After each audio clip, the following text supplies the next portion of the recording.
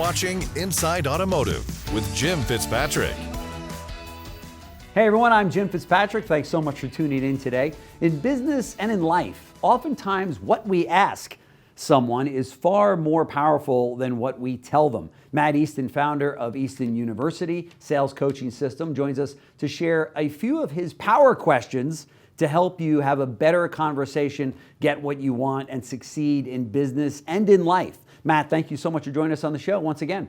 Thank you so much for having me, Jim. And this is one of those things, they've got a friend that's a nerd in sales, if they watch the network here religiously, that I lay in bed at night thinking about. So you guys, the viewers out there, don't have to. And this is so important, and yet we almost go our whole lives without figuring this out. Every conversation that you're having, Jim, whether that's with a customer, whether that's with a prospect, whether that's with a loved one or even a friend, there's actually three voices going on. And what I mean by that is the obvious. There's your voice. And if you're in sales, unfortunately, you haven't been trained by me. You're doing most of the talking. The second voice, the second voice, and the one that people don't think about, Jim, is there's the voice inside the person that you're talking to's head. Yeah, right. And if you think about that, as you're going to make a decision, whether that's to buy a vehicle or do business with a small business, or even back when you asked your wife out on a date, there was an inner monologue going on in your head thinking, oh my gosh, is now the time right? Should I ask her this? What should I say? And the more the other person is talking, the harder it is for the person you're talking to have that inner monologue. And the third voice is, of course, the obvious one. That's the voice of your customer, your prospect, your loved one, or the person you want to have lunch with. So in sales and in life, we're exponentially more likely to get our way if the other person says, if they volunteer, if it's their idea, imagine that, to do the thing we want them to do, right? Like if you wanted your wife to go skydiving and you're like, babe, we got to go skydiving. Skydiving's awesome. She's probably going to be a lot more likely to push back than if she was like, hey, I was thinking we need to do something fun. How about skydiving? When they say it, it's done deal. That's right. When we say it, it feels pushy and it feels That's right. So if we could, I'd like to share just a few questions out of eastonuniversity.com. We've got a power question section. Please do. There's hundreds of them in there. I'll share a few just to help them out. Work for you? Yep, absolutely. Awesome. Perfect. All right. First one, what can I get you information on? I know this sounds robotic, but it's so important when you start a conversation to not go down the road of how's it going? How's your day going? How are your holidays? Happy Monday to you. Just get right into it. What can I get you information on? That's going to prime their inner monologue to what? Start thinking about what they want information on. Hey, we wanted to know about this. We're thinking about planning our event on these particular days. It's our wedding. Now you're right down to business and you're driving the conversation forward. Okay. Another power question that's going to raise credibility, both in yourself, your business. You might not want to ask this one in the personal life, but what research have you done on us? In a business setting, this is a dynamite question. For your team there, what research have you done on our network, right? What research have you done on our dealership? What research have you done on our business? And you're not trying to find out if the person did research, you're assumptively assuming that everybody does research, and it's giving them an opportunity to tell you where they're at in the buying process. I know everything about you guys. I want to plan my event there. I saw the vehicle I want to purchase at your dealer, whatever the situation is. My friends on your network all the time, I want to buy some advertising. What research have you done on us gets us there. Here's another one. Before you start any meetings, before you start any conversations, hey, Jim, exactly what's the most important thing we need to accomplish on this call today, right? Before the interview, hey, Jim, exactly what's the most important thing we need to accomplish? Well, Matt, I want to get some great content out there that's going to be helpful for people. Hey, I've got you covered. When you start that conversation off with exactly what's the most important thing we need to accomplish, it allows that other person to do what? Tell you. That's right. And then you're right where you need to go. Far too often, both in our personal life and in our sales career, we're yip-yapping, Jim, 10, 15, 20 minutes. And that other person, their inner monologue is going, I just want to ask them this one question, and then I'm ready to go. That's and right. by the time we get done talking, they forget what they were going to ask. That's right. Then they go, well, I just needed to think about it. Happens right? all the time. Yeah. Here's another one. what's your biggest reason for blank? What's your biggest reason for needing event space? Right. What's your biggest reason for needing a new vehicle? That's right. What's your biggest reason for needing to advertise on the network? Right. And your people, and please, I know they're out there somewhere, your people may be afraid to ask that question. What's your biggest reason for needing advertising on the network? Thinking that that person's going to go, oh, now that I think about it, I don't need to advertise. I took an Ambien and was sleeping, right? They're not going to say that. Hey, you guys hit the exact demographic of the viewers that we want to advertise to. It will open up that conversation. Right. Yeah. We're so afraid to ask that. I've got a few more if you'd like. Go right ahead.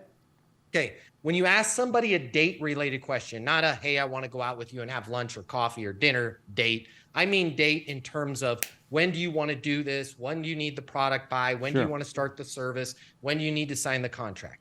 Anytime we ask a when question and we're given a date, February 13th, October 1st, July 6th, May 4th, right? Always follow that up with this power question. Got it, May 4th. What makes that date important, right? What makes that date important? Yep. They're going to give you so much information. I have to have, let's say it was a vehicle. We'll just keep it simple. I have to have this vehicle by this date because my in-laws are coming to visit with me and our car only holds 2 people. Yeah. Right. It's important for you to know that. That's right. Or they may say May the 4th and you may say, what makes that date important? And they may say, I'm into Star Wars. May the 4th be with you. At least you know then their date's flexible. Yeah. Right. Again, it's just in terms of what we ask. Here's another one. What do you want to see first? And even if you're on the phone with somebody and it's a demo, let's say it's a software situation, or if it's a physical product that you're showing them. Hey, Jim, what do you want to see first? Right? Why is that?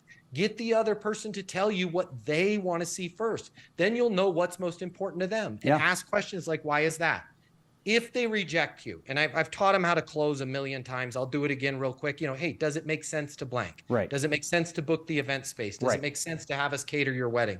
Does it make sense to put the order in on the vehicle? If they say no, the most ultimate power question, got it, Jim, no problem. What's a good next step, right? If they say, I don't know, follow that up with another power question.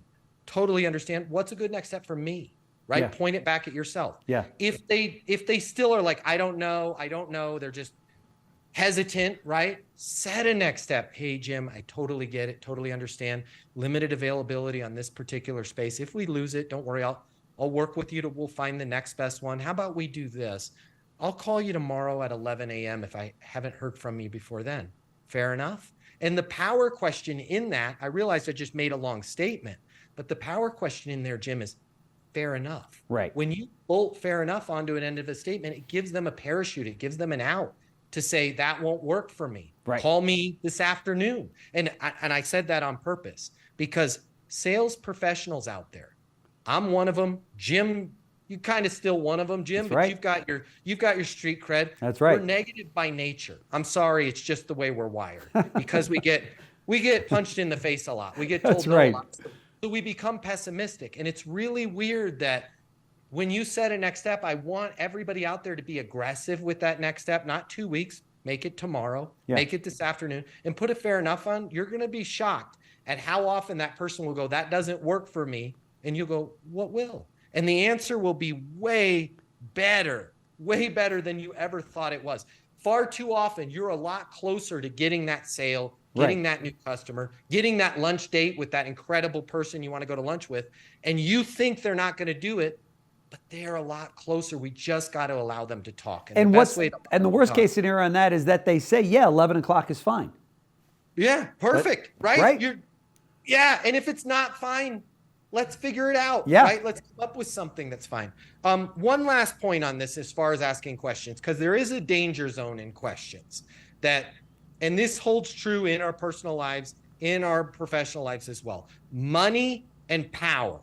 I am not saying don't talk about these subjects. However, the subjects of money and power tend to get you lied to. So be very careful when you ask questions like, hey, Jim, are you the final decision maker? Right. Because what I've learned in my 40 years of laying in bed at night thinking about this kind of stuff is that if Jim is the final decision maker, Jim, you're going to lie. and go, oh no, my team makes those decisions, right?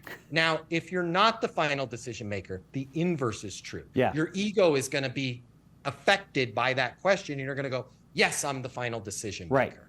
Right. So we got to be really careful when we ask things like, can you afford this? Are you the final decision maker? I would rather you stick to what's most important to you. Does it make sense to blank? I agree. Set a next step. I agree. Yep. Just follow the process. That's right. You're putting that person in a very uncomfortable situation when you ask that person that question.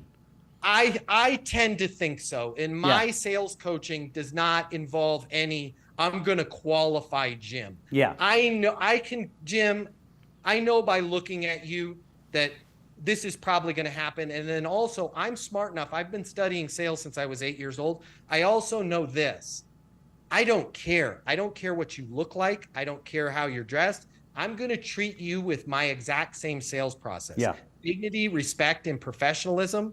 I remember a long time ago when I was about 10 years old, a farmer in a store with the dirtiest overalls you'd ever see. It turns out that individual owned half of the state of Nebraska and a helicopter to view over his crops. Right. So you just never know. You never know.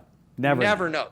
Right. And by leaving your sales process, Jim, you're at least getting an at-bat, right? Every baseball player goes to the batting cages. So let's say this person isn't qualified, treat them with dignity and respect, run them through the process. At the very worst, you're getting better each and every time at your skillful communication and your ability to ask power questions like this. I couldn't agree more. There's no question about it. I think that we make the mistake as salespeople to talk way more than we listen and way more than we ask good questions. And I think the old adage is, if you want better answers, then ask better questions. And this falls right in line with that. So for people that are watching, I completely underline everything that Matt just said about this topic, because as I said, we fall into that situation where we just tell, and we present our product and our service, and we're like, okay, so do you want to buy? And man, right. What a big mistake that is. And their answer is always the same. I need to think about it. Exactly. You're almost because ensuring we were talking so much they couldn't. Their inner monologue, that third voice, right? They couldn't even think about it. That's right. Yeah, an hour ago I was ready to make a decision. Now 100%. I don't even know what to ask, right? 100%. So, I love it. And your relationship is so great with your wife, Jim, because you guys let each other speak. Well, she hasn't let me speak in about 10 years, but I know what you mean. She means well, but yeah, but if we let the other person talk, we stand a much better chance of getting our way. It's counterintuitive, but it's true. There's no question about it. And this is why you're one of the best sales coaches out there in the country today. Matt Easton, founder of Easton University. We've got all the information on the screen right here if you want to learn more about Easton University. If you want to really make a difference in 2024 in your sales career, this is the time to do it. It's December 2023. Don't blame me if you didn't make 25% more in your sales career or your small business because you didn't go out there and get the knowledge that you need to succeed in today's very challenging market. It starts at Easton University. So thank you so much, Matt. Really appreciate it. Love when you come on. We get such great emails from people saying, have that guy on more. I love it. So thank you. Thank you so much. And for those of you writing the emails, send more of them. I want to be on more. I love this. It's my favorite network. I'll see you all very soon, as long as you send more emails. Awesome. Thank you so much. Thanks for watching Inside Automotive with Jim Fitzpatrick.